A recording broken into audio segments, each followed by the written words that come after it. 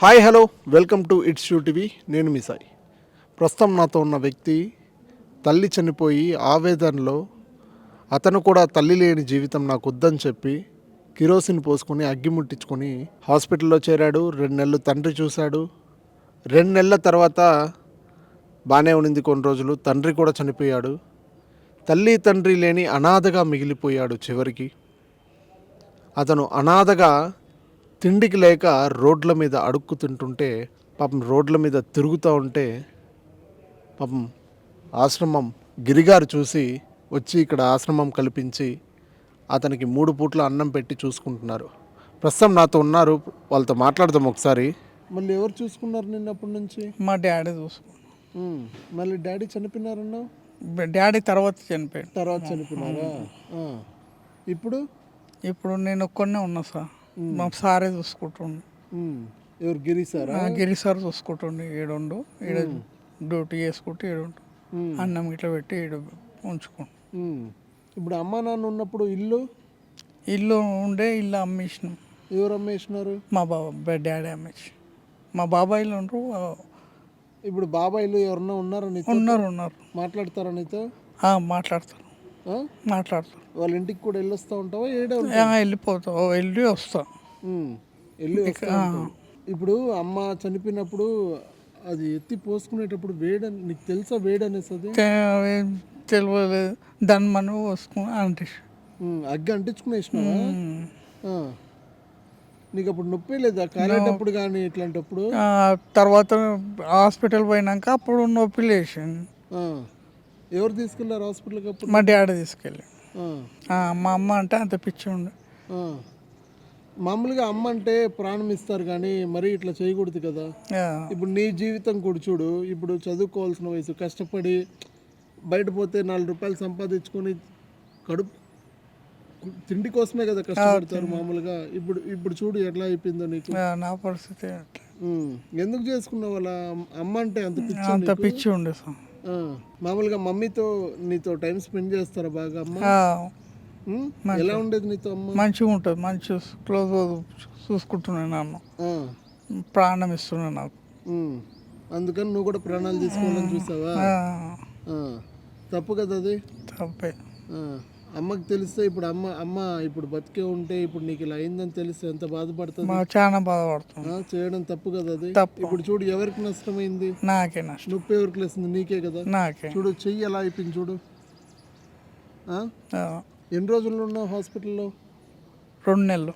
2 నెలలు హాస్పిటల్లో ఉన్నావా? ఇక్కడ తెలంగాణలో. అప్పుడు ఏం చెప్పారు డాక్టర్లు? తగ్గిపోతుంది మంచిగా. అప్పుడంతా తిండంతా ఎవరు చూసుకున్నారు? హాస్పిటల్లో పెడుతుండే. మా డాడీ పెడుతుండే.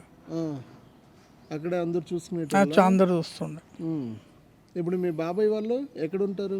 ఇక్కడ బరంగపేట. వస్తూ ఉంటారా నేను చూసేకి? ఈడ ఉన్నా తెలుసు. వాళ్ళు ఎప్పుడన్నా వస్తారా నేను చూసేకి? వచ్చారా ఎప్పుడన్నా? ఇంతకుముందుకు ఒకసారి వచ్చిన. ఎవరెవరు వచ్చారు? మా బాబాయ్ వాళ్ళు వచ్చారు.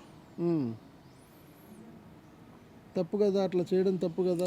మంచి లైఫ్ ఉంది కదా, ఇంకా కష్టపడితే డబ్బులు వస్తాయి. ఒక 4 రూపాయలు తినేదో ఏదో చేయొచ్చు. ఇక్కడేంటి? ఇక్కడికి ఎలా తీసుకొచ్చారు నిన్ను ఇక్కడికి? రోడ్డు మీద ఎందుకు ఆడుకుంటూ, ఎందుకు ఈ జీవితం, ఎందుకు ఇట్లా రోడ్ల మీద ఏదన్నా అవుతుంది, బండ్లు ఇట్లా గుద్దుతాయని సార్ అయిపోయింది. హాస్పిటల్లో ఉన్నావు కదా, హాస్పిటల్లో నుంచి ఈ పరిస్థితికి ఎలా వచ్చావు నువ్వు? హాస్పిటల్లో ఉన్నావు కదా, హాస్పిటల్ నుంచి ఇక్కడికి ఎలా వచ్చావని? హాస్పిటల్ నుంచి డైరెక్ట్ రాలే, ఇంటికాడ ఉండే. రోడ్ల మీద తిరుగుతుండే నేను.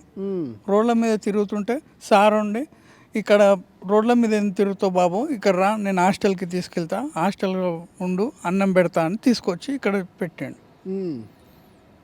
ఏ సంవత్సరంలో జరిగింది ఇది? ఇది నేను కాల్చుకొని 10 సంవత్సరాల దాకా అవుతుంది. ఎప్పుడు వచ్చావు ఇక్కడికి? ఎప్పుడు వచ్చావు? ఒక సంవత్సరం అయిందా? అప్పటి నుంచి గిరి సార్ గారు చూస్తాం. రోజు అన్నం పెడతారు? రోజు పెడతారు. ఇప్పుడు నువ్వు పొద్దుగాల మధ్యాహ్నం. ఇప్పుడు నువ్వు ఒక సెక్షన్ కంతా ఇన్ఛార్జ్? నేను చూసుకుంటూ ఉంటాను కూర్చొని. ఎంతమందిని చూసుకుంటాను? అందరిని చూస్తా. ఎవరిని బయట రాకుండా లోపల. నువ్వు ఇన్ఛార్జ్ ఇక్కడ? ఇక్కడ నేను ఇన్ఛార్జ్. సార్ పెట్టాను ఈడ అందరిని చూసుకుంటుండు అనుకుంటూ పెట్టాను. ఇప్పుడు నేను లోపలికి పోవాలన్నా నీ పర్మిషన్ తీసుకోవాలి కదా? ఖచ్చితంగా తీసుకోవాలి కదా? లోపలికి పంపిస్తాను. గేట్ కాడ ఉండి ఎవరిని రానియద్దు, లోపలికి ఎవరన్నా అడిగి పంపించాలని పెట్టాను. ఒకవేళ నన్ను లోపలికి పంపిస్తావు నువ్వు?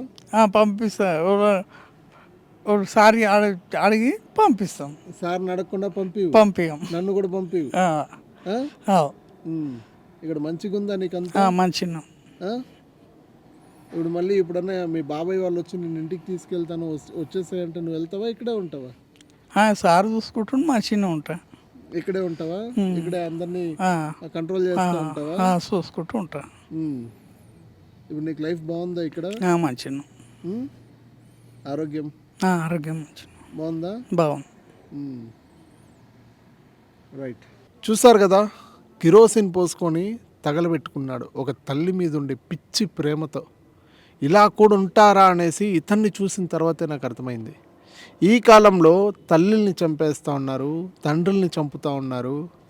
అలాంటిది ఒక కన్న తల్లి యాక్సిడెంట్లో చనిపోతే నా తల్లి లేని చోట నేను ఎందుకు ఉంటానని కిరోసిన్ పోసుకొని ముట్టించుకున్నాడు. ఇది కదా తల్లి ప్రేమ అంటే. కానీ ఇలా చేయకూడదు అసలు. ఫస్ట్ ఆఫ్ ఆల్ ఈ ఆలోచన కూడా ఎవరికి రాకూడదు, ఈ ఆలోచన ఊహ కూడా ఎవరికి రాకూడదు. అదే ఆ బాధ తల్లికి తెలిస్తే 9 మాసాలు మోసి కని పెంచి తట్టుకోగలుగుతుందా? ఒక్కసారి ఆలోచించండి. అసలు నేను ఇప్పుడు చూస్తూ ఉంటే నాకే బాధగా ఉంది. ఇప్పుడంటే అనాథాశ్రమం ఇక్కడ గిరిగారు చూసుకుంటున్నారు కాబట్టి హ్యాపీ. లేనప్పుడు పరిస్థితి ఏంటి? ఈయన లేదంటే పరిస్థితి ఏంటి? రోడ్ల మీద తిరుక్కుంటూ చాలా ఇబ్బంది అయ్యేది.